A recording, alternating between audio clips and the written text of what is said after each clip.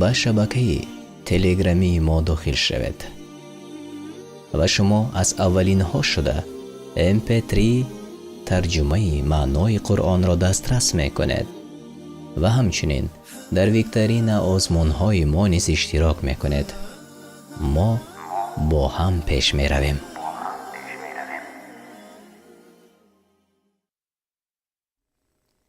به نام الله بخشاینده مهربان. السلام علیکم و رحمت الله و برکاته. تماشابینان عزیز، مخلصان شبکه دانش و سنجش، هر یک شما را خوش آمدید میگویم. شما این لحظه ها برنامه ما را مستقیما تماشا میکنید. این لحظه میتوانید شبکه دانش و سنجش را به دوستانتان روان سازید. ثبت برنامه را انشاءالله در شبکه یوتیوبی قرآن دستور عمل انسان انشاءالله ما میمانیم. شما میتوانید در شبکه یوتیوبی قرآن دستور عمل انسان ثبتی ان همین برنامه و همین آزمونی ما را تماشا کنید، یعنی دیرتر و خودی حاضر باشد. هر یک از شما را خوش آمدید میگویم به شبکه های ما. و امروز برنامه را من میخواستم از چی آغاز کنم؟ چون همیشگی از ترجمه معنای آیت های قرآن کریم. بیهوده نه، چون هر یک از گفته های ما، سخن های ما معنی دارد. برای چی؟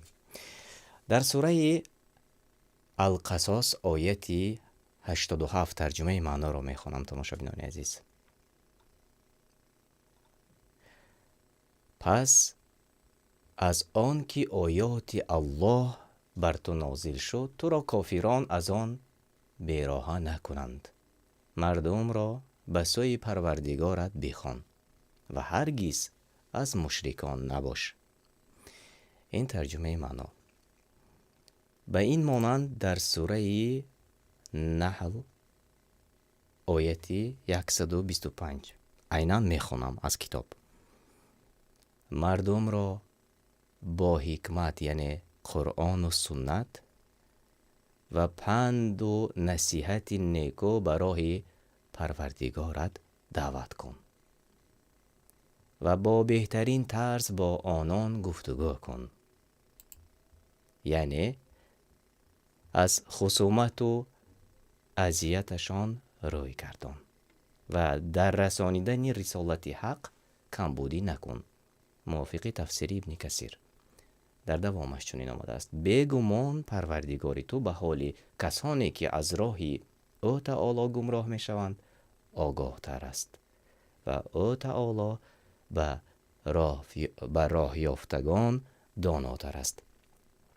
تماشابینان عزیز، به چی خاطر همین آیت ها را من این لحظه برای شما رسانیدم؟ واقعا چند وقت پیش یکی از دوستان از اهل علم، آنهایی که دعوت به خوبی میکنند و از بدی من میکنند، یعنی از کارهای بد من میکنند، این انسان ها آنهایی هستند که ما اهل علم میگویم، به مثل معلمان، آموزگاران مکتب های امروزه، یعنی تربیه میکنند کی را؟ جاهلان را. جاهلان گفتم ما نادانان را در نظر داریم. خب یک نفر از اهل علم با یک نفر دیگر صحبت میکنند و ثبت های آنها در رسانوی شده است، یعنی شما تماشا میکنید. یعنی چگونه ثبت را؟ دعوت به خوبی و منع کردن از بدی. مادر یکی از این گونه اهل علم را به قول آنهایی که در مقامات هستند، مقامات داخلی، بیاید نمیگویم در کجا، در تاجیکستان، در ازبکستان، در سابق دولت‌های شوروی، این الکی یک عنعنه شده است. مادر را دعوت میکند و میگوید که فرزند شما گناهکار است. فرزند شما امروز مردم را درس می آموزد و این از گناهش، چون درسی فرزند شما تربیه از قرآن است. آیت های قرآن را به دیگران می رساند. نباید رساند. و اگر کی رساند وی گناهکار می شده است. الله پاک است. ببینید تا کجا ما رفته رسیدیم. بعد مادر میگوید که خب بچم بیاید نباشد همون نوارش برای من نشان دهید من ببینم که چی میگفته باشد، به چی دعوت میکند مردم را. وقتی اون مقامات نوارها رو میآورند و به مادر نشان میدهند، من یکیش، من دیگرش، من سیومش ببینید. وقتی که نوار رو تماشا میکنند مادر میگوید که اینجا تنها نصیحت است که بچم در کجایش گپی بد گفته است. اون کارکنی مقامات الله هدایتش کند میگوید ای شما نمیدونید خاله جان، یا که همون مادر میگوید شما نمیدونید که این گونه این نفران مردم عادی را به قول آنها میگن گویا گیپناس میکنند. الله پاک است. وقتی که ما سخنهای الله تعالی را یا اینکه آنها اهل علم سخنهای الله و رسولش صلی الله علیه و سلم را به دیگران رسانند، این مگر گیپناس یا یک چیزی دیگر شده است؟ الله پاک است. ببینید تو به کجا رسیده رفتیم تماشابینان عزیز. این واقعا خنده‌آور است و کس از این واقعا اگر میتوانست حتی چارپایان هم به این گونه سخنها خنده میکرد. و تماشابینان عزیز بیایید اکنون بیدار شویم، چشممان را باز کنیم، نخواد که تا این درجه ما از همون نادانان شده باشیم. من به جاهل گفتن دیگر نمیخواهم گویم. وقتی که قرآن را کس میخواند و معنایش را میفهمد و یا معنایش را به دیگران میرساند و به مثل همون معلم مکتب میانه است که دست یک کودک را گرفته برایش 2 جمع 2 برابر 4 را می آموزد. و اون اسلام پاک است که انسان از گناه ها دور می شود و این اسلام پاک است که ما و شما را از خطاها نگه می دارد و یگان جای نیست در قرآن و سنت رسول الله صلی الله علیه و سلم که کس را به بدی دعوت کند، بلکه هر یک آن چیزی که در قرآن کریم آمده است و زیاده از 1400 سال پیش آمده است و هرگاهی که ما و شما آن را گرفته امروز میخوانیم، همه جایش برای امروز است، برای هر یک از ما و شما است. و این معجزه های بسیار است که شما خودتان و ما خودمون درک کرده نمیتوانیم. هر ورقی قرآن کریم را توکل به الله کوشاید و در داخلش ترجمه معنایش را بخوانید که برای شما همان زمان تأثیر دارد.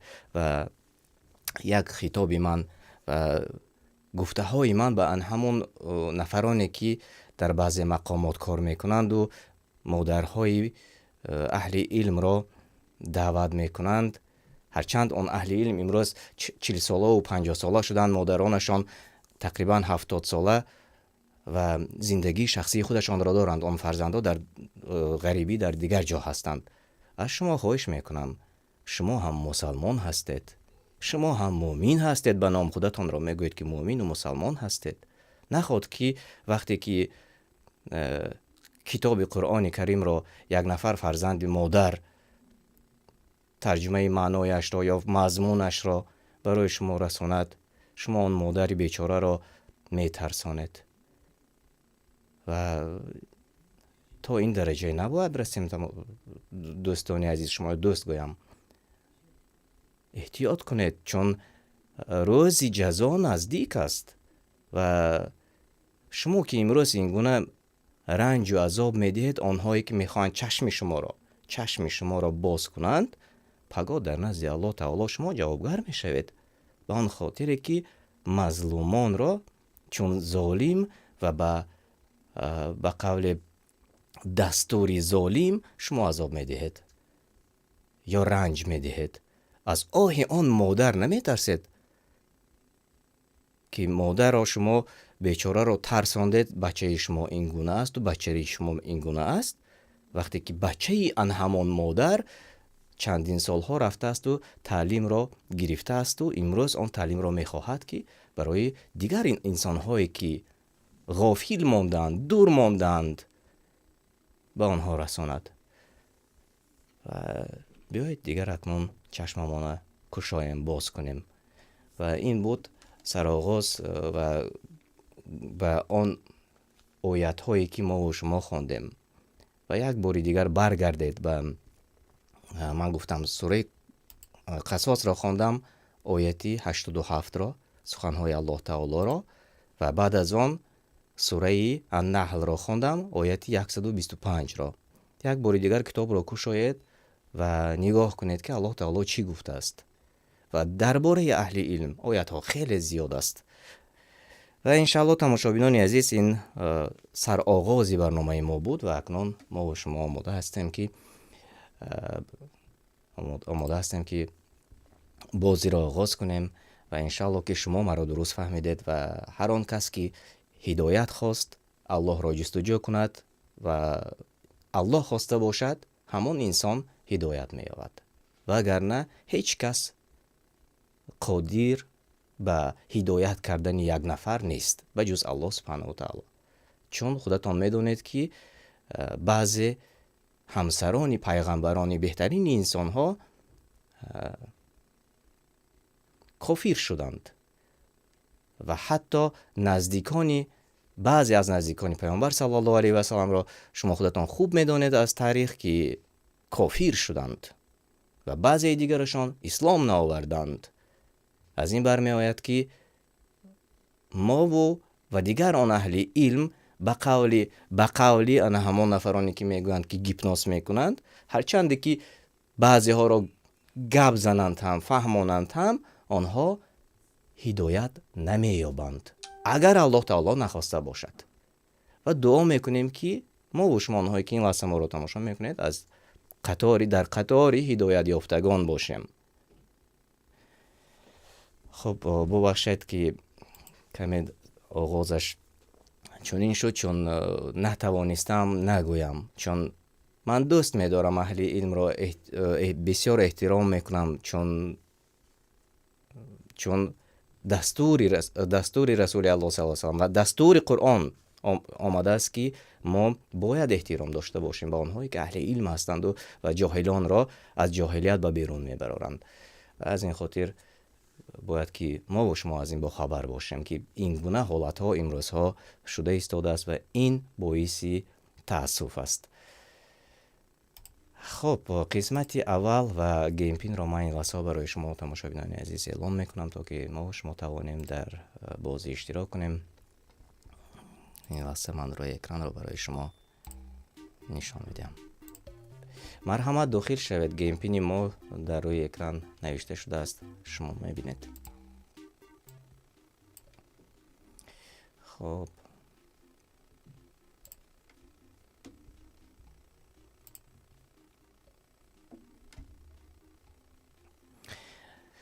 مرحمت داخل شوید 537 42 67. این از گیم پین قسمت اولی برنامه ما.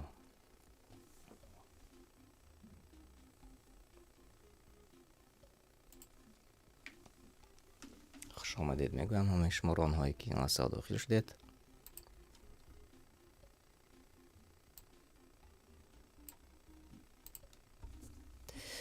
چت رو من متاسفانه تنها به واسطه تلفنم خوانده میتوانم تماشابینان عزیز، چون اون برنامه‌ای که پولکی بود من قبلا گفته گذاشتم وقتش تمام شد. از این خاطر من تنها به واسطه تلفنم میخونم. بعضی جوابهای درست شما رو از تلفن انشالله استفاده برده میخونم. و خیلی خوب میبینم که 21 نفر این لحظه ها داخل به برنامه ما شدند. به شبکه دانش و سنجش اگر آبونه نشده باشید مرحمت آبونه شوید، چون تنها در شبکه دانش و سنجش شما در افیر مستقیم میتوانید که اشتراک داشته باشید و در دیگر شبکه های ما شاید بعضی قسم های سوال های برنامه رو ما ثبتش را انشالله میمانیم.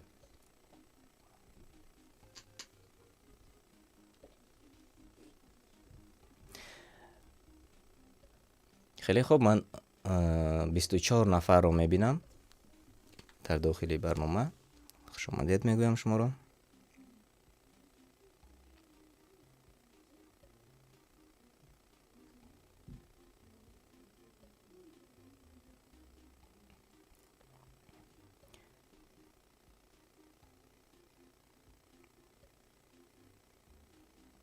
خیلی خوب، بیایید اکنون آغاز کنیم. قسمت اول را از دو قسم عبارت است.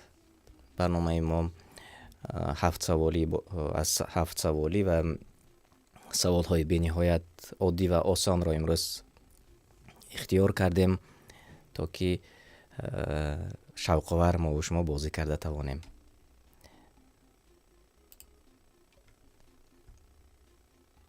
بیست و هفت نفر شدیم. 3 نفر دیگر رو انتظار شدیم تماشاگران عزیز. انشالله 30 نفر که شدیم باز هم خوب میشد. امیدوار هستم که با 3 نفر دیگر پیدا میشوند که به داخل شوند به بازی. خوش آمدید.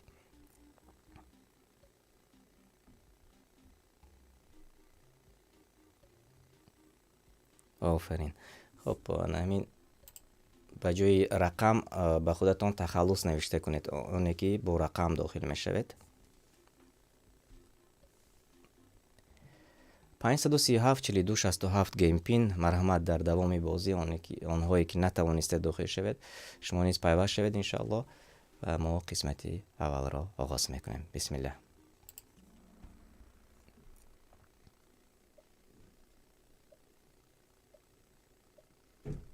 سوال اول: هر یک انسان در چی تولد می شود؟ فطرت، در فقه، در فواید، در تواتر. کدامش درست است؟ هر یک انسان در چی تولد می شود؟ به نهایت سوال عادی و آسان است تماشاگران عزیز.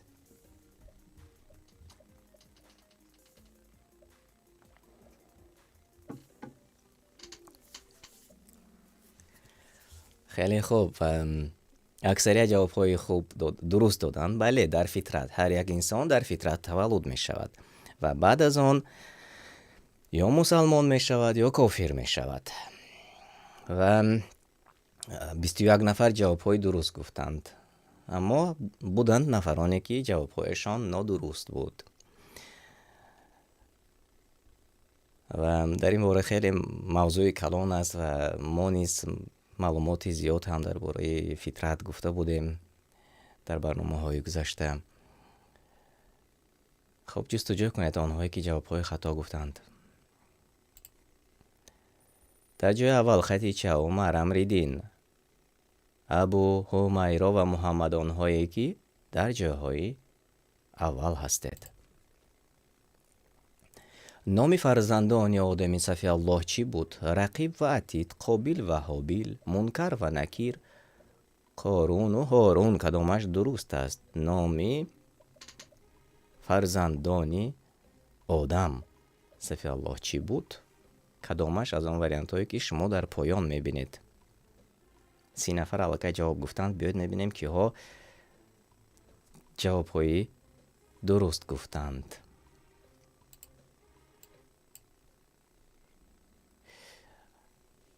خب قریب همه جواب های درست گفتند. بله، قابیل و حابیل. 1 نفر تنها جوابی خطا گفت از 30 نفری که در داخلی برنامه ما اشتراک میکنند. ببخشید من چت رو نگاه نکردم و چت ما نیست. جواب ها اومده میرسد. خیلی خوب، خیلی خوب. میخونم اون جواب هایی که از طایبه صالح آمده رسید. جوابی درست از خب یوزار سیف جوابی درست آمده رسید. ادیبه قربان و بله درست گفتید. خیلی خوب، اینک دوام دهیم. عمر، خدیجه، محمد، ابو همیرا و امرالدین آنهایی که در جاهای اول هستید و علی 4 زینه به بالا برآمدید. تبریک میکنم. بین 2 نفر اول تنها 9 خال است همگی و انتظار میشیم شاید یکی از آنها به بالا میبرایند. نام چند زن در قرآن یادداشت شده است؟ 6 تا 7 تا 1 تا 12 تا به نامش چند زن در قرآن آمده است؟ اینک جوابهای شما تماشابینان عزیز و 30 ثانیه وقت داشتیم. خب شاید چت را یگان نمود خوانده میشد، خیلی خوب میشد تا که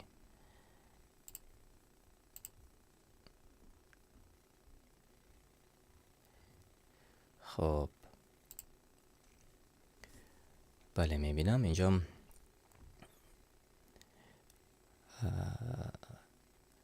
جواب های درست آمده رسید. طیبه صالح مریم گفتند درست است. همچنین باز 1 تا، هر کسی که 1 تا گفت بله جواب های شما درست است. و 11 نفر در داخل برنامه ما جواب های درست گفتند. 1 تا نامی یک زن در قرآن یادداشت شده است به نامش سوره مریم. بله جواب درست آن همین است. اما 12 نفر 6 را انتخاب کردند. نمیدونم چرا در نظر داشته باشند.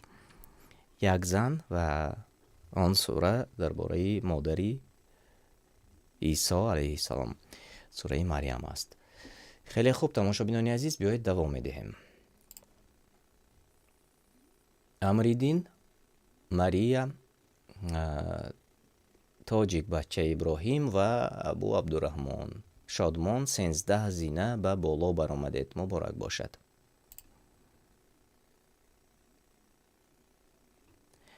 در قرآن نام 2 زنی پیغمبران که به دوزخ می روند یادداشت شده است. زنهای کی؟ زنی صالح و شعیب چون این زن نیست. زنی ادریس و ایوب، زنی نوح و داوود کدامش درست است؟ سبحان الله، یک کمی خطا شده است. زنی صالح و شعیب، زنی ادریس و ایوب، زنی نوح و زنی لوط کدامش درست است؟ بله به جای داوود لوط است. به جای داوود لوط است. ما جا خطا نوشته کردیم. و 21 نفر اگر که نوح و لوط را زنهای آنها را انتخاب کرده باشند جوابشان درست است.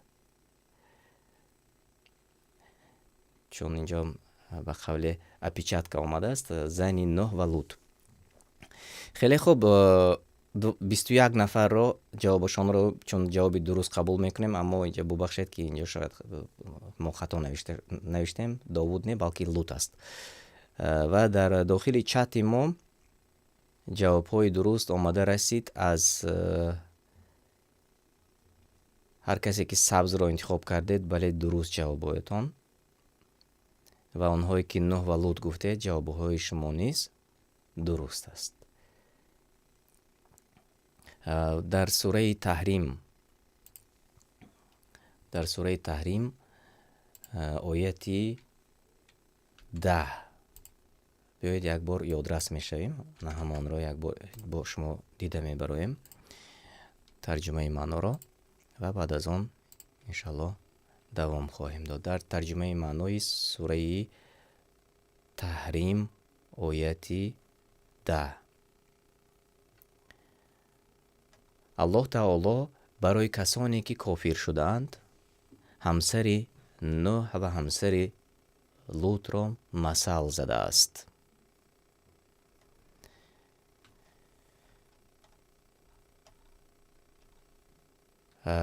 که آن دو در نکاح 2 تن از بندگان صالح ما بودند، پس به آن دو خیانت کردند و آن دو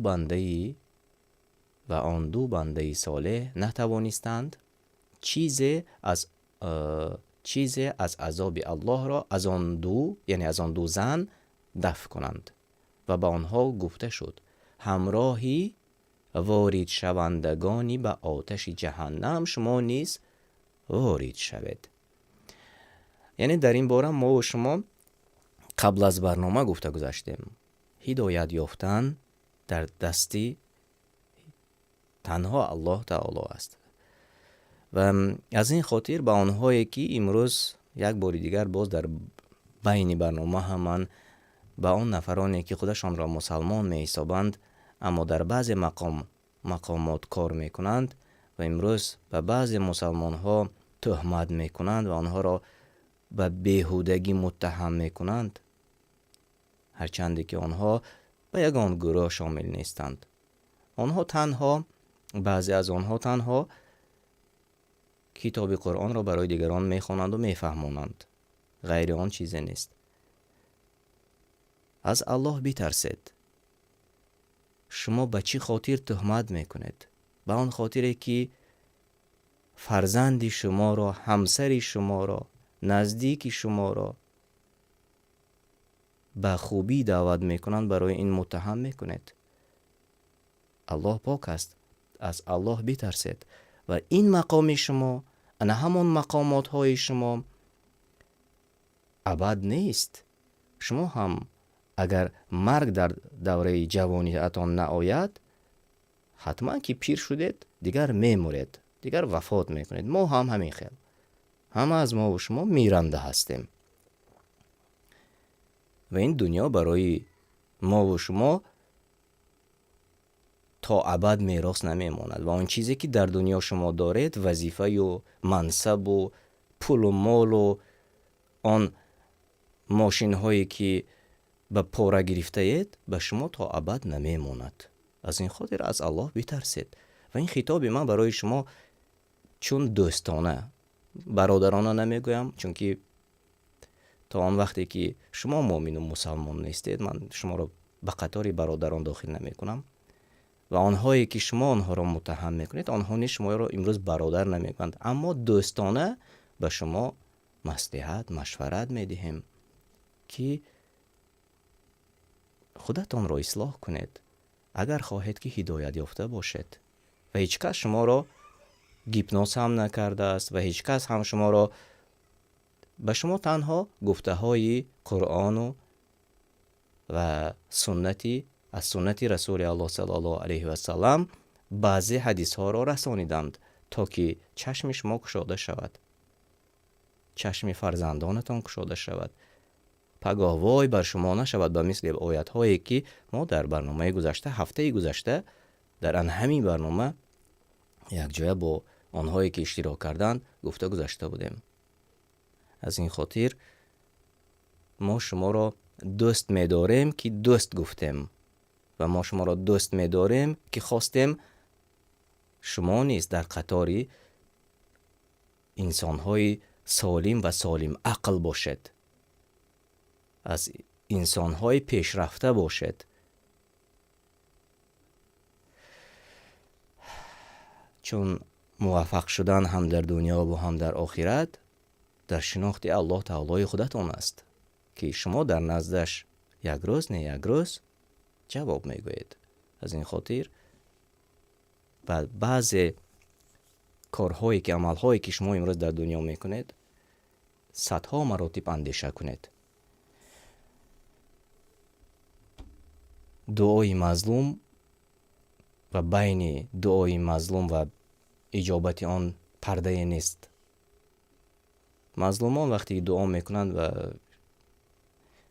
برای شما مشکلی های زیاد می شود. و خب بیایید اکنون دوام میدیم تماشاگران عزیز.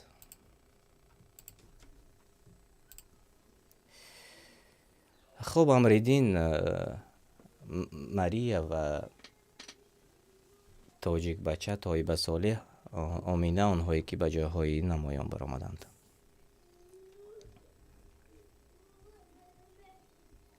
و خب به سوال دیگر گذاریم. معنای از صلات خیر من النوم در اذان بامداد چیست؟ به نماز برخیز، نماز از خواب بهتر، به نماز سراسیمه شو، به آزادی بشتاب کدامش درست است؟ معنای از صلات خیر من النوم در اذان بامداد چی معنی دارد؟ چیست؟ کدامش درست است؟ اینک جواب های شما. خب دو گفتند دنیا و آخرت جوابتان درست. بله طایبه صالح جوابی درست گفتید. دنیا و آخرت درست گفتید، راما نیست درست گفتید. نماز از خواب بهتر است. بله، انا همین جوابی درست بود. در نمازی بامداد الصلاة خیر من النوم میگویند، معنایش نماز از خواب بهتر بوده است و این جوابی درست بود. تماشاگران عزیز کیا به پیش برآمدند؟ امریدین، ماریا توجیک، بچه طیبه، صالح، آمینه، آنهایی که در جاهای اول هستید. سوال 6. اگر از سرحد شهر به 83-87 تقریبا کیلومتر بیرون رفتم کیستم؟ مسافر، پناهجوی، منافق، فاسق. کدامش درست است؟ اگر از سرحد شهر به 83-87 تقریبا کیلومتر بیرون رفتم کیستم؟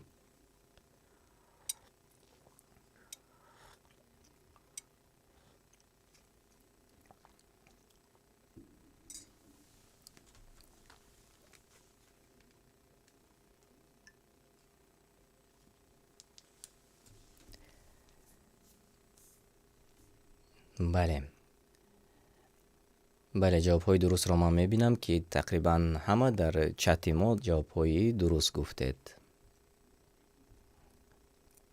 و در داخلی برنامه نیست. مسافر، بله،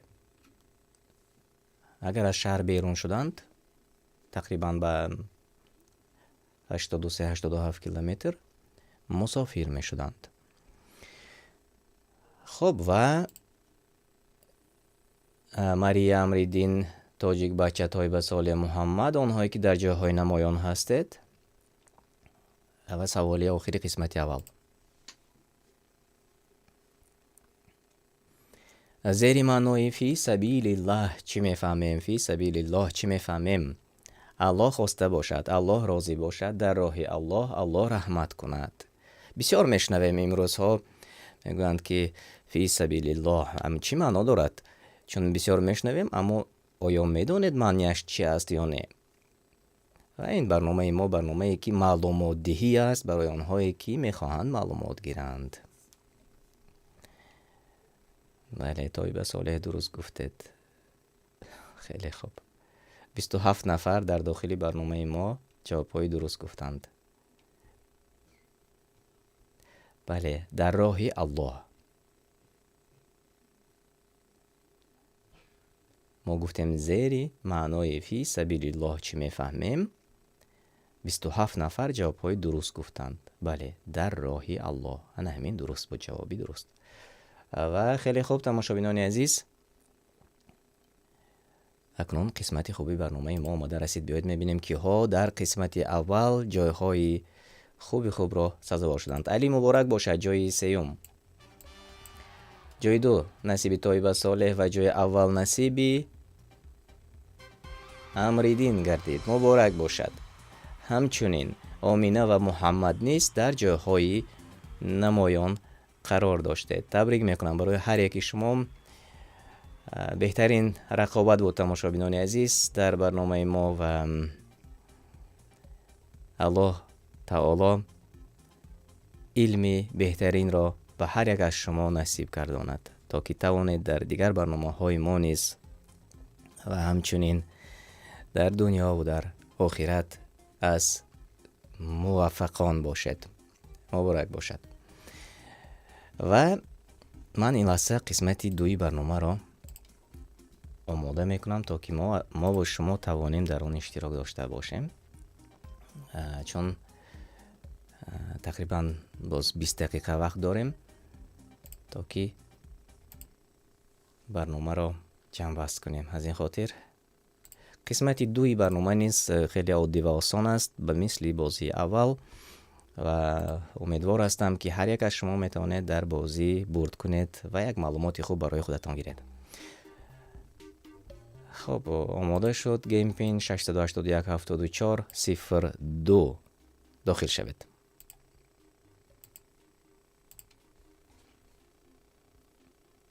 ششصد و هشتاد و یک 74 02 داخل شوید. مرحمت.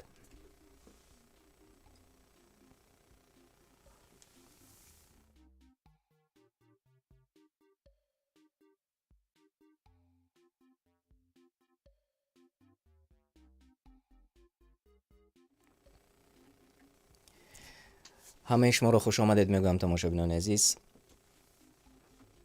ماشاءالله 9 نفر زیر نوار میتوانید لایک مونید و امروز ها بسیار میشنوم که در یوتیوب کانال هایی که مانیتیزاسیا داشتند، یعنی که آنهایی که یوتیوب کانال ها داشتند و مبلغ کار میکردند وابسته به امروز واقعه های امروزه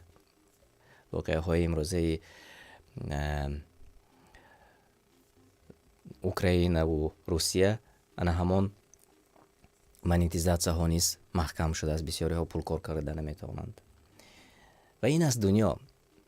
آنهایی که از پس دنیا میدوند، آنهایی که از پس مال های دنیا میدوند، یک روز آمدنی است، یک روز رفتنی است.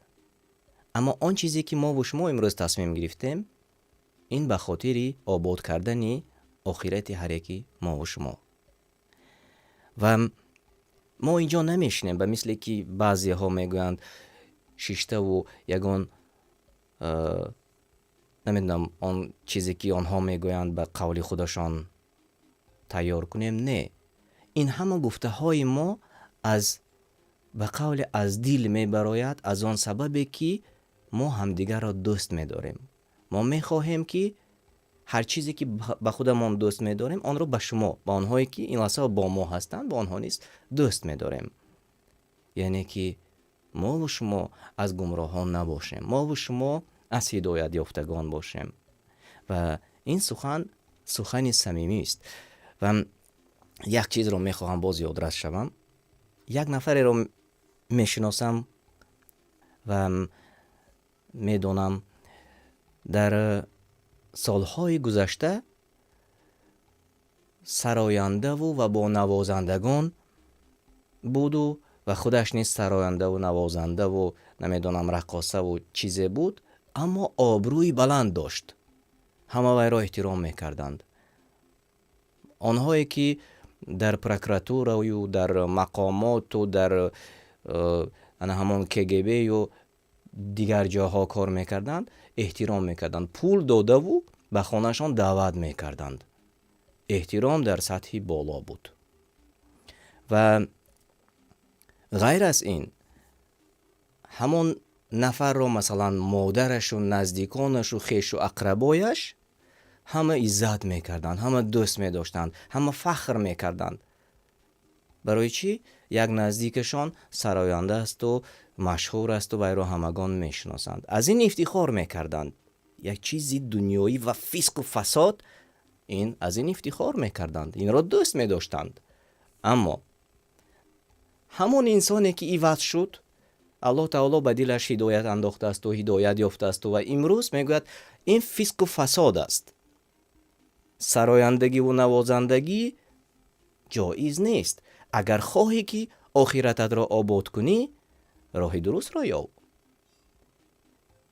این نفری که مبدل یافت یا تبدیل یافت یا هدایت یافت، در نزد بعضی ها دشمن شد. خویش و تباران از این گونه انسان میگوید که این دعوت به خوبی میکند، پند و نصیحت میگوید، از این دور شوید. و دور هم شدند. و سبب بعضی فاسقان، بعضی جاهلان، بعضی نادانان نزدیکانش را، هرچند که اون نزدیکانی نمیدونم خیلی دور هم باشد، به سوال و جواب به نزدشان دعوت میکنند. میگویند تو از کجا میشناسی این را؟ این کی است؟ برای چی این دعوت میکند؟ برای چی این قرآن و معنای قرآن و سنت رسول الله صلی الله علیه و سلم را به دیگران میرساند؟ ببینید تغییریابی رو. و به قولی که لوگیکا در کجاست؟ وقتی که سراینده باشد و به قول اشولچی باشد و سرودخوان باشد، دیگران را رفته در تویهایشان به فسق و فساد دعوت کند و امروز اکنون به پند و نصیحت به دیگران گوید، وی از بدان میگشته است. و به قول روسا لوگیکا نیست در این سخنها و در این عملها. چشمتان را باز کنید، حالا هم وقت دارید. اگر شب از خوابتان بیدار نشوید دیگر، عذاب قبر فکر آن را کنید، روز جزا فکر آن را کنید، سوال و جواب در نزد آنی که شما را میپرسند فکر آن را کنید. با کجا می روید؟ فکر میکنید که شما تا ابد پروکورور میمانید؟ نه البته. فکر میکنید که شما تا ابد KGB میمانید؟ نه البته. آخر پرزیدنتان مرده رفتادند و میمورند. اسلام کریموف را به یاد بیارید. مرد رفت، ابد زندگی کرده نمیتوند و پیامبران مردند و رفتند. تماشا بینان عزیز، بیایید چشممان را باز کنیم، بیایید دیگر شویم اکنون.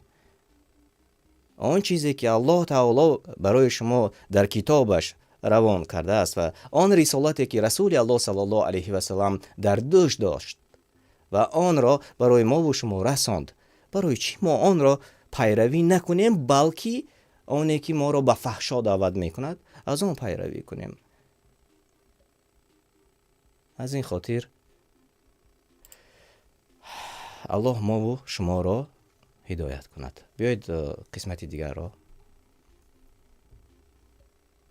آغاز میکنیم.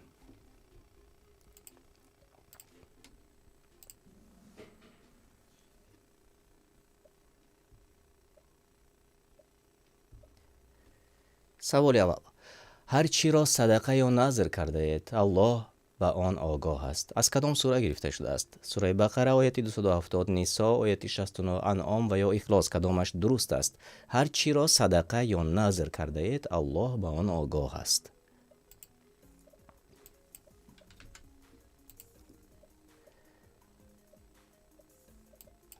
جواب های شما.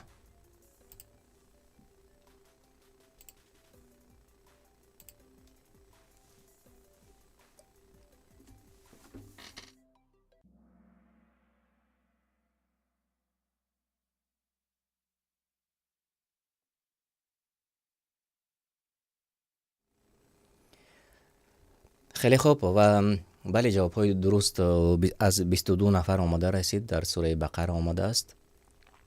یک کمی شاید سوال مشکل تر هم بود. به هر حال به آن خاطره که ما و شما پند گیریم از این سوال و از این جواب ما استفاده کردیم. سوره بقره آیت 270. بیایید آن را ترجمه معنایش را یک جای با شما دیده میبرایم. و آنچه از مال یا غیر آن کم یا بسیار داده شدید و آن را برای رضایت الله نفقه کنید و یا نذر را به گردن گیرید، به دوش بگیرید، الله آن را میداند و بنابر نیتهایتان به شما ثواب میدهد. و کسی که حق الله را منع میکند وی ستمکار است و ستمکاران را یگان مددگار نیست که از عذاب الله آنها را خلاص گرداند. ستمکاران را یگان مددگار نیست. در دنیا فکر میکنند بعضی ستمکاران که آنها را مددگارشان هست. هر یک جاهل را باز رئیسی است که در جاهلیت وی را زیادتی میکناند، اما آنها را در روز جزا هیچ مددگار نخواهد شد، نخواهد بود. از این خاطر خودی حاضر اصلاح شود و دیگر شود. من میدونم که یک دو خودی نزدیکانی من، شناسانی من در بعضی مقامات حفظی حقوق کار میکردند، اما در سالهای 2012 2013 2014 کمی مشکل شد. اکثر از آنها مؤمن و مسلمان هستند و همان وقت نیز در اتاق کاریشان وظیفه در دوش به آنها الله تعالی مانده اش را اجرا میکردند. یعنی کدام وظیفه؟ نماز میخواندند. یکی از ارکان اسلام نماز خواندن است در وقتش. و اون نفرانی که در مقامات حفظ حقوق کار میکنند و خودی حاضر نیست، من باور دارم که بسیار نفران کار میکنند، آنها نمازشان را در وقتش اجرا میکنند، درشان را قلف میکنند، میخوانند نمازشان را. و آنهایی که در ایمانشان در میزان بود، اکثریتشان گفتند که دیگر من تا کی وظیفه امروزه که بسیار سوال و جواب های زیادتی دارد و همچنین حقارت ها میشنوند از رئیس، اما الله تعالی که برای انسان چشم بینا داده است، زبانی گویا داده است، شنوایی داده است و دست و پای سالم داده است که راه گشته میتواند و حقارت نمی کند امروز هیچ کس را، بهترش عبادت الله تعالی را میکنم گفت و مقامش را، وظیفه‌اش را پول داده پرداخت و رفت بسیاریش. چون من چند نفرش را از آنها میشناسم.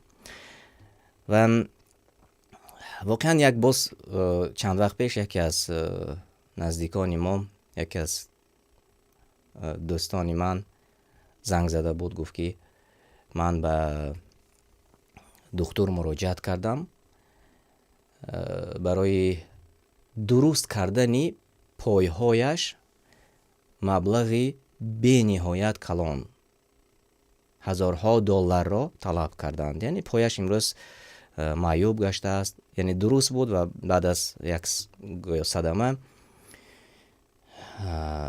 دو پایش امروز معیوب شده است، یعنی کار نمی کند.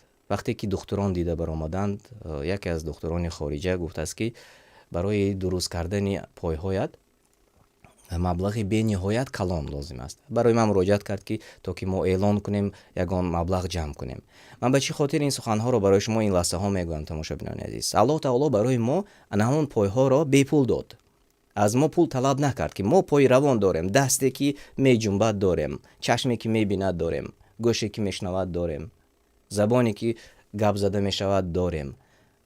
برای این از ما هیچ کس پول طلب نکرد. بنده الله که الله تعالی آفریده است، امروز برای سالم کردن بنده دیگر، یعنی سبب شدن برای با پای ماناندن یک انسان، صدها هزار دلار طلب می کند. به قدری آن الله بزرگواری که برای ما پای را بی پولک داده است نمی رسیم و شکر نمی گویم. و آن وظیفه ای که برای ما به دوش ما مانده است، گفته است که 5 وقت نماز باید خوانی. اگر تو مؤمن باشی، مسلمان باشی، اجرا نمی کنیم.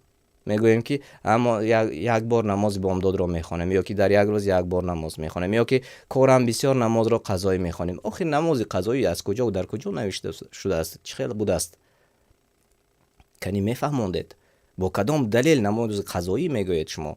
آنهایی که میگویند این گونه میگویند، آنهایی که بهانه میکنند برای خوردن وقت دارید، اشکم شما شکم طلب میکند، اما برای خواندن نماز در وقتش وقت ندارید، کارتان بسیار است. یعنی که کاری شما در بالا بوده است و آن خالقی که ما و شما را خلق کرده است و برای ما همه چیزی که ما میخواهیم آن را داده است، شکر و الحمدلله نمیگوییم. چگونه این خیل میشده است؟ از این خاطر تا آن وقتی که ما و شما سالمی ببرداریم، به قدرش باید که برسیم و شکر به الله گوییم. چون یک روز این نفری که من در باره‌اش این لحظه به شما نقل میکنم، شخص سالم بود، ورزشکار بود و امروز 10 سال قریب می شود که از جا برخاسته نمیتواند به کمک یگان نفر. و دکتران گفتند که با عصا برای گشتن صدها هزار دلار لازم است. وقتی که ما سالم هستیم، بیایید به قدر سالمی خودمون رسیم که دیر نشود. و این است پند، نصیحت و گفته دوستانه و برادرانه برای شما. چون این یادرسی تنها یادرسی است و چیزی من از خودم نمیگویم و به چیزی کسی را مجبور نمی کنم و این یگان به قول بعضی ها نه گیپنوز است و نه یک چیزی دیگر است. این تنها محبتی دوستانه برای شما در این دنیا است. پگاه آیا من هستم یا نیستم؟ هیچ کس کفالت داده نمیتواند به غیر 2 چیزی که کفالت شده است. یکیش آن همون ریسکی که الله تعالی برای ما و شما میدهد و دیگرش آن موتی که مرگی که برای ما و شما ناگهان می آید. این کفالت داده شده است، چیزی دیگر کفالت نیست. ببخشید تماشابینان عزیز، ما دوام میدهیم و بعضی کسی احساسی می شود. و خب بیایید به سوال دیگر میگذاریم. یادرسی کلمه با معنای الله بزرگترین است کدامی از این؟ تفسیر، تکبیر، طواف و یا تسبیح. یادرسی کلمه با معنای الله بزرگترین است کدامی از این وریانت هایی که شما در پایان میبینید؟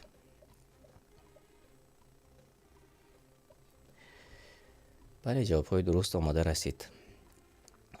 چتی ما اکثر جواب های درست گفتند.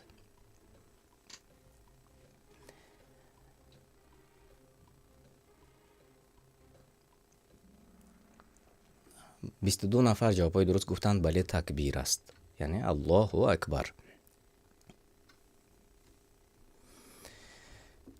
و خب 22 نفر جواب های درست گفتند. الله بزرگ است.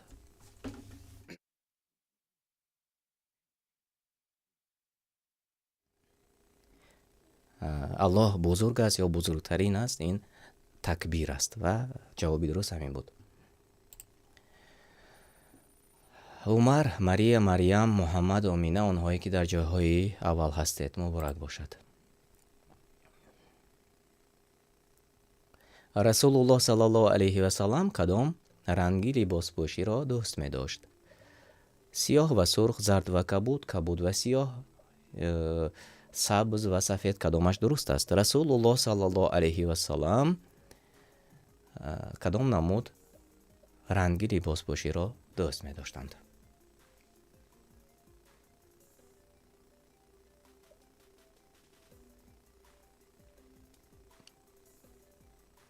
جواب های درست شما بله سبز و سفید موافق روایت ها و تقریبا بسیاری ها جواب های درست گفتید که به پیش برآمدند. عمر، مریم، محمد، آیت الله و آمینه آنهایی که در جاهای نمایان هستید. سوال 4. مسلمان میتواند به غیر مسلمان به شوهر برآید؟ یعنی زنی مسلمان میتواند به غیر مسلمان به شوهر برآید؟ من است، البته میتواند، مکروه است، اگر شرک نکند ممکن. کدامش درست است؟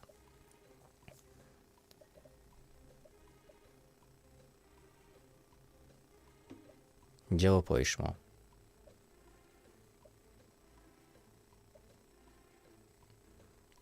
امروز ها بسیار شده است که با خطای ها شوهر میکنند.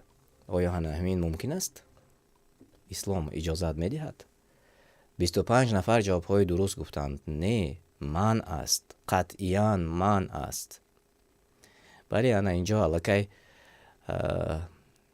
معنای یک آیت را تماشابین ما نوشته کردند. زنی مسلمان برای مرد مسلمان و زنی زناکار به مردی زناکار. بله درست است، آیت قرآن است.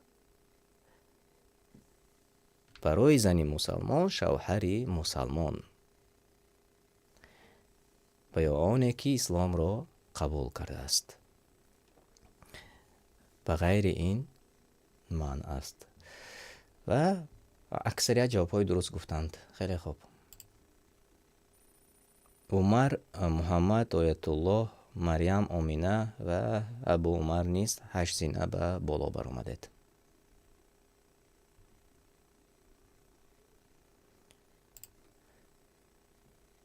قبر پیامبر صلی الله علیه و سلم در کدام شهر قرار دارد؟ در مدینه، در مکه، در موصل و یا شام؟ کدامش درست است؟ در کجا رسول الله علیه و سلم را به خاک سپاریدند؟ کدام شهر؟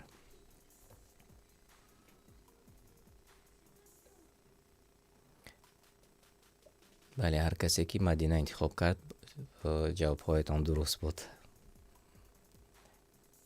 خب من نیز نبینم که این لحظه ها چند نفر، 27 نفر قریب همه جواب های درست گفتند. خیلی خوب تماشابینان عزیز، کمترین ها جواب هایشان خطا بود. اما اکثریت جوابهای درست گفتید.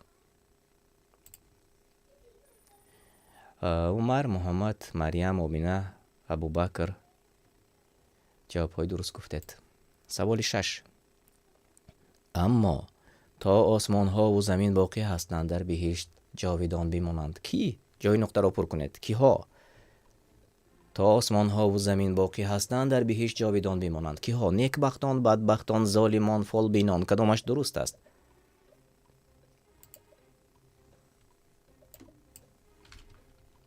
موافق سوره هود آیت 108.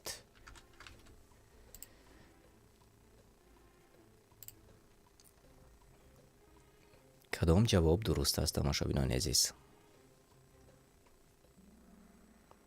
بله، نیکبختان جوابی درست است. 29 نفر جواب هایی درست گفتند از 33 نفری که از 32 نفری که اشتراک کردند. و خب من این لحظه برای ما و شما یادرس می شوم ترجمه معنای ان همین آیت را. و اما آنانی که نیکبخت گردانیده شدند تا آسمان ها و زمین باقی هستند همیشه در بهشت جاویدان بمانند مگر آنچه پروردگارت بخواهد. یعنی بعضی علما گفتند یعنی گناهکاران موحد را اندک زمان در دوزخ نگه داشته سپس به جنت داخلشان میکنند. و عطای او تعالی نعمت های جنت هیچ قطع نمی شود، یعنی کنده نمی شود. موافق تفسیری طبری. یعنی نیکبختان تا آسمان ها و زمین باقی هستند در بهشت جاویدان بمانند. آرزو میکنیم که اصلا همون سعادتمندان و نیکبختان باشیم. آرزو میکنیم، دعا میکنیم الله در آن قطار ما و شما را نصیب گرداند. و به این مانند در دیگر آیت های سوره های قرآن کریم نیز هست. البته آنهایی که میخوانند و آنهایی که ترجمه معنا را گوش میکنند یا میخوانند آنها نیز چندین مراتب به همین کلمه ها روبرو شدند. سعادتمندان، نیکبختان. بیایید اکنون میبینیم که ها به پیش برآمدند. عمر، محمد، مریم، آمینه و ابوبکر. سید عبدالله نیز پی هم به 6 سوال های ما جواب های درست گفتند. سوال آخری قسمت 2. سوره به معنای مورچه به زبان عربی چیست؟ النور، الزمر، النمل، الفرقان. کدامش درست است؟ سوره به معنای مورچه به زبان عربی کدامی از آن وریانت هایی که شما در پایان میبینید؟ به نهایت سوال آسان است. بله. اول 21 نفر جواب های درست گفتید. خیلی خوب. بله، النمل. مبارک باشد. 21 نفر جواب های درست گفتند. النمل معنایش مورچه است و به این نام سوره نازل شده است.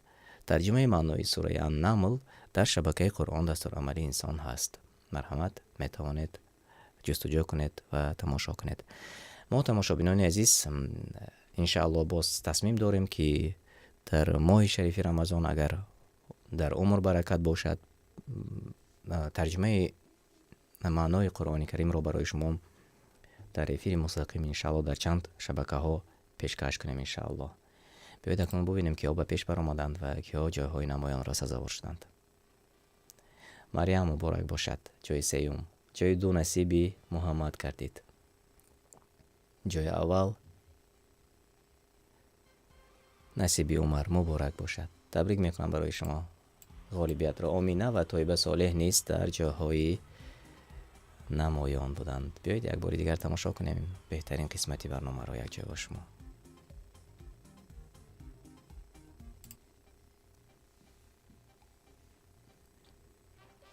مریم جای سیوم، محمد جای دو، عمر جای اول. مبارک باشد. آمینه و طیبه صالح نیست در جاهای نمایان.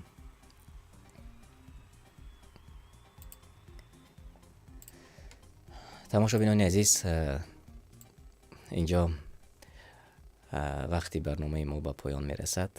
واقعا من میبینم، من این واسه ها میخوانم چت شما رو. بسیاری ها خواستند که باز دوام دهیم برنامه رو، اما تقریبا 1 ساعت می شود که یک جای با شما 2 قسمتی برنامه و عبارت از 7 سوال رو کردیم. اما الحمدلله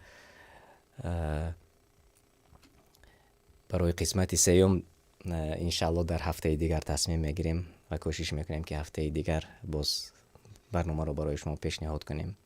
آنهایی که ما رو تماشا میکنید، آنهایی که به شبکه ما آبونه شدید، مرحمت زیر نوار لایک مانید و به دیگران پدیلیت کردن رو فراموش نکنید تا که دیگران نیز پیوست شوند.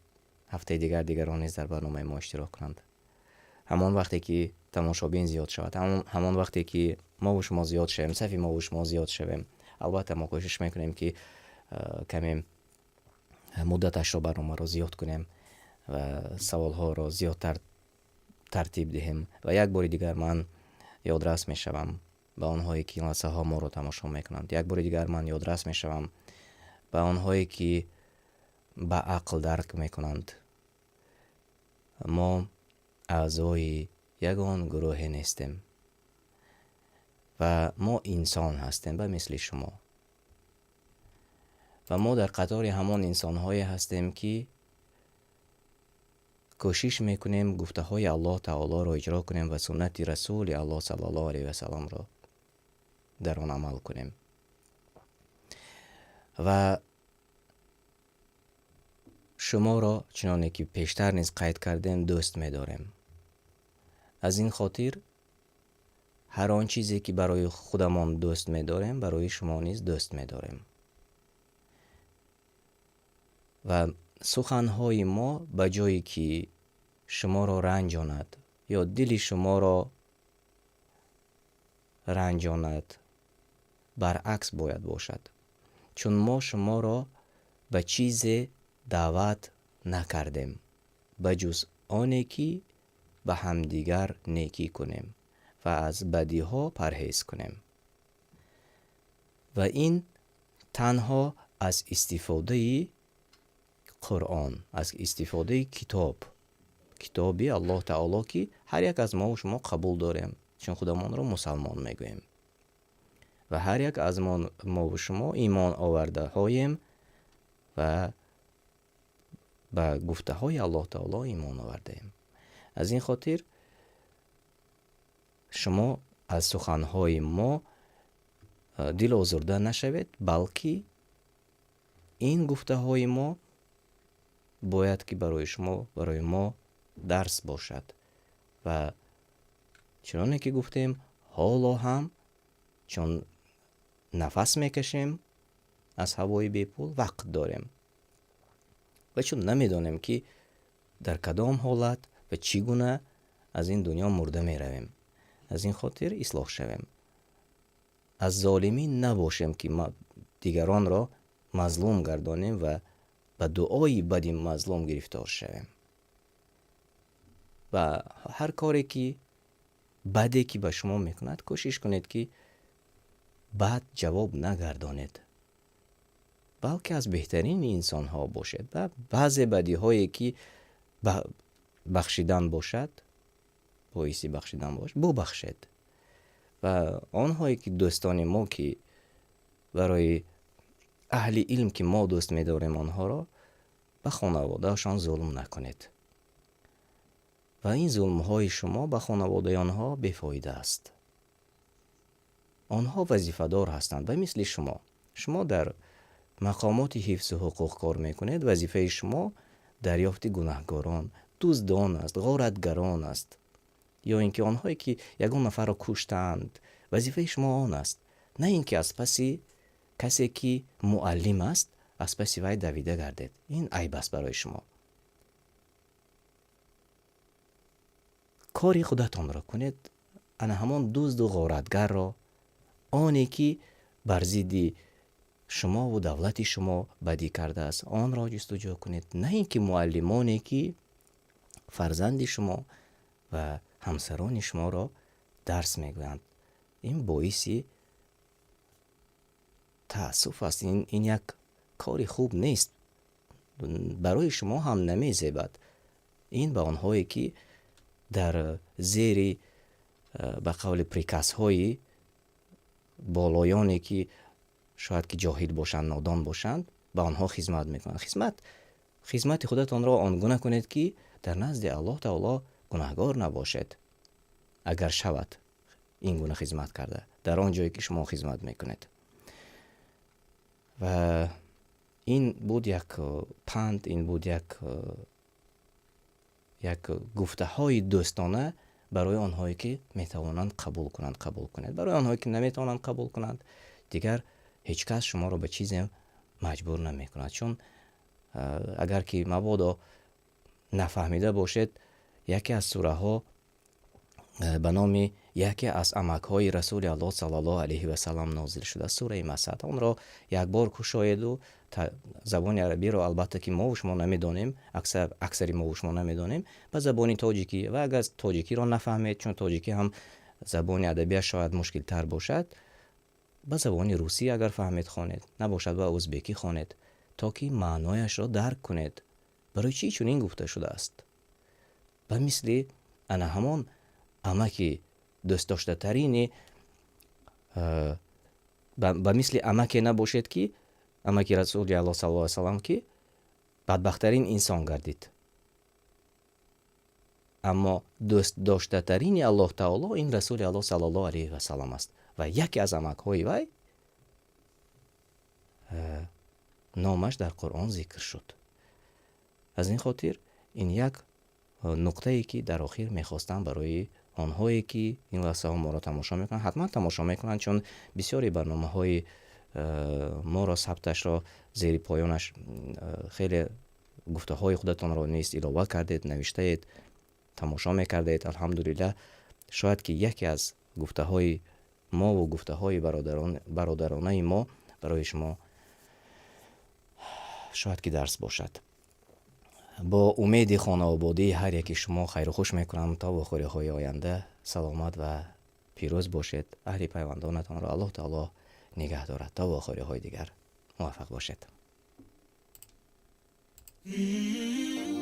به شبکه تلگرامی ما داخل شوید و شما از اولین ها شده MP3 ترجمه معنای قرآن را دسترس میکنید و همچنین در ویکترین آزمون های ما نیز اشتراک میکنید. ما با هم پیش می رویم.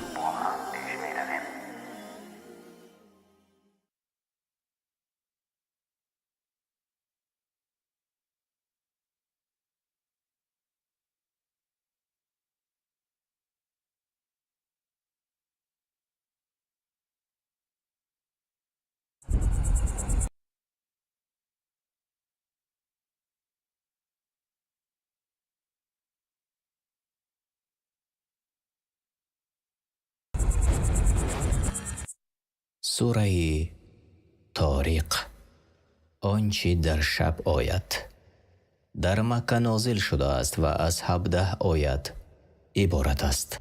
اعوذ بالله من الشیطان الرجیم، بسم الله الرحمن الرحیم. به نام الله بخشاینده مهربان. والسماء والطارق، الله سوگند یاد می کند به آسمان و ستاره که شبانگاه پیدا می شود. وما أدراك ما الطارق النجم الثاقب، و تو چی دانی که ستاره‌ای که در شب پیدا می شود چی هست؟ ستاره درخشانی هست که تاریکی شب را می شکافد. إن كل نفس لما عليها حافظ. کسی وجود ندارد مگر که بر او فرشته وکیل کرده شده است برای نوشتن عملهای او. فلينظر الإنسان مما خلق. پس آدمی که روزی از نو زنده گردانیدن بعد از میرانیدن را انکار می کند بنگرد که از چی چیز آفریده شده است. خلق من ماء دافق. از آب منی جهنده ناچیز آفریده شده است. يخرج من بين الصلب والترائب. که از میان استخوان پشت مرد و استخوان سینه زن بیرون می آید. إنه على رجعه لقادر. بیگمان الله به باز آفرینیش او تواناست. يوم تبلى السرائر. روزی که رازهای نهان آشکار می شوند و عمل صالح از عمل فاسد جدا می گردد. فما له من قوة ولا ناصر. آنگاه او را توانایی و یاوری نباشد. والسماء ذات الرجع والأرض ذات الصدع. سوگند به آسمان باز بارنده، سوگند به زمینی که در آن شکافی ها هست، از آنها گیاه ها می رویند. إنه لقول فصل. بیگمان قرآن سخن روشن و جدا کننده حق از باطل است وما هو بالهزل. و آن هزل نیست. إنهم يكيدون كيدا وأكيد كيدا. بیگمان آنانی که پیامبر صلی الله علیه و سلم را باور نمی کنند حیله می اندیشند تا قرآن و رسول را دروغ برآورند و باطل خود را تایید نمایند. و من نیز چاره می اندیشم تا حق را نصرت دهم اگرچه کافران را ناپسند آید. فمهل الكافرين أمهلهم رويدا. پس کافران را مهلت ده، اندک مهلتشان ده و در فرود آمدن عذاب به آنها شتاب مکن. شما ترجمه معنای سوره طارق را شنیدید. در مکه نازل شده است و از 17 آیت عبارت است. از قرآن کریم و ترجمه معنا در روش میسر گرفته شده است.